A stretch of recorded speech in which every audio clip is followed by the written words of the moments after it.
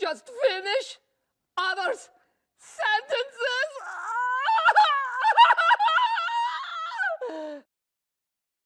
Wait, did we each sentences? Sorry, it's a twin thing. Oh, face it, Gru, villainy is in your blood. Oh, it's so nice to see you two are getting along. Oh, that's delightful. Not creepy at all. You're gonna stop now though, right?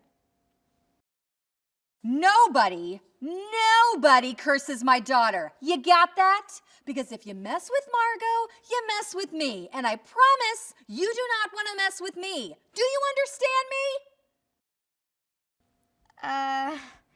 me? It's okay to tell them no sometimes too, you know? Moms need to be tough. No, I meant to be tougher on them, not me.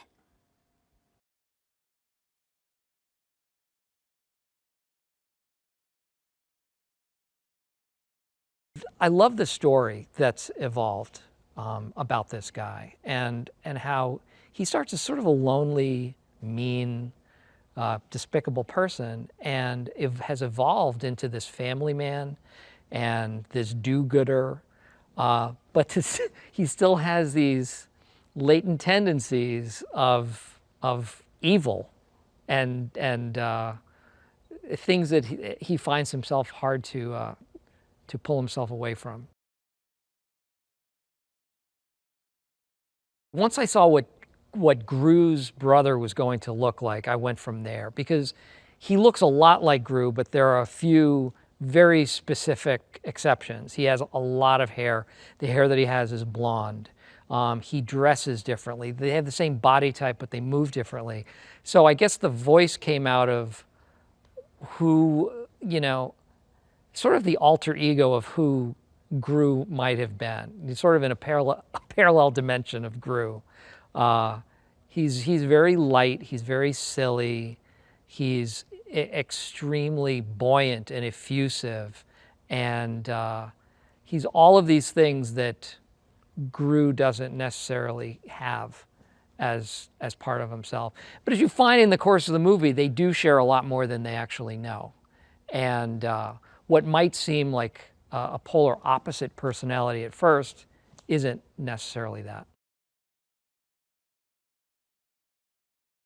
He has a long-lost brother named Drew and is immediately invited to visit his brother in this faraway land and to meet him for the first time. And so Gru brings Lucy and the kids over to meet his brother. And that's really the beginning of the movie. That's where it starts. When he meets his brother for the first time, he's had kind of terrible luck the last, few months and is not feeling great about himself. And he sees this as a chance to have something wonderful in his life. And then he meets his brother, and it's not exactly what he expects it to be. I'm really proud of being a part of this world because the way the world has expanded with Lucy and with the girls and how it's become this family, and so odd, like a parallel universe kind of family, but still a family that I think people can relate to. It's very human, and the things that they're going through are very human and very funny. It was exciting. It was exciting to create something entirely new that would fit into this world, that would be a component, that would add to it.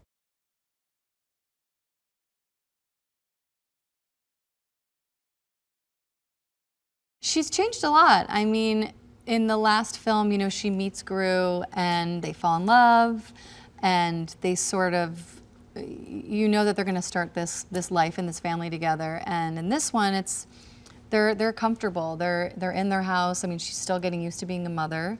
Yeah, they're like a very happy family that's not really involved with the criminal world so much now. And just living a peaceful existence until.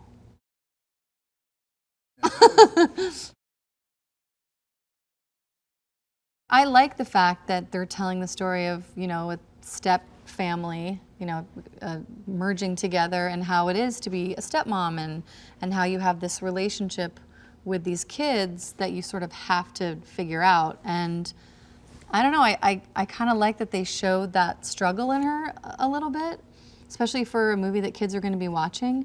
And I just think that she's doing her best, but she knows she's not quite there. So it's fun to see how she thinks she should be as a mom.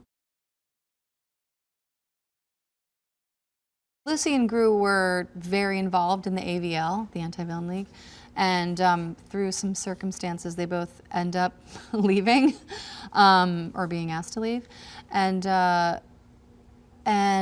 we find out that Gru has a twin brother, Drew, and they go to visit him in this place that they have never heard of called Fredonia, I believe, and yeah, Gru never knew that he had a brother, so it's a very interesting dynamic between the two of them. Also because they're both played by the same person. Balthazar Brett was a child star from the 80s and never let that go, the 80s or being a child. He's got some resentments, and he's got some money from his old life, and he is just everything 80s. The way he fights, he dance fights, he listens to 80s music. He definitely looks 80s. He wears like a purple suit with parachute pants, and he has a mullet, which I think should come back in style. I would be attracted to that. I love that I get to do these movies. I watch them, I enjoy them. I think they're really, really funny. And the people involved are just really, really nice and collaborative. And I get to work with Steve. I mean, even though we don't record together, we get to, talk about the movie together. And he's just the greatest and so talented. And I don't know, I just feel really lucky.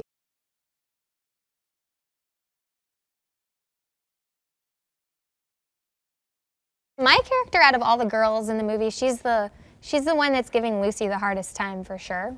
And I really like getting to record those scenes for the movie, because over the course of the film you really see Lucy and my character Margo just like getting to really know each other, and you can tell that Margo's starting to really love Lucy and Lucy loves Margo. So I just loved getting to do all those parts. I really like Balthazar Brat, the villain in this movie. I just think it's hilarious that he's basically stuck in the 80s and he is obsessed with everything 80s. And he used to be a child star, and now he's this villain, this evil villain. So I love that part of the movie. And then also definitely the family dynamic, because at the end of the last movie, Gru and Lucy got married. And now you're really getting to see like their life together, and Lucy's relationship with the girls and Lucy's relationship with Gru as like a married couple. So I like that part of the movie a lot. I'm super excited for people to see Gru's relationship with his twin brother, because I think it's really funny. I also think it's super cool that Steve Carell voices both characters. And I just love what he does with the Gru character, so I'm excited to see what he does with Drew.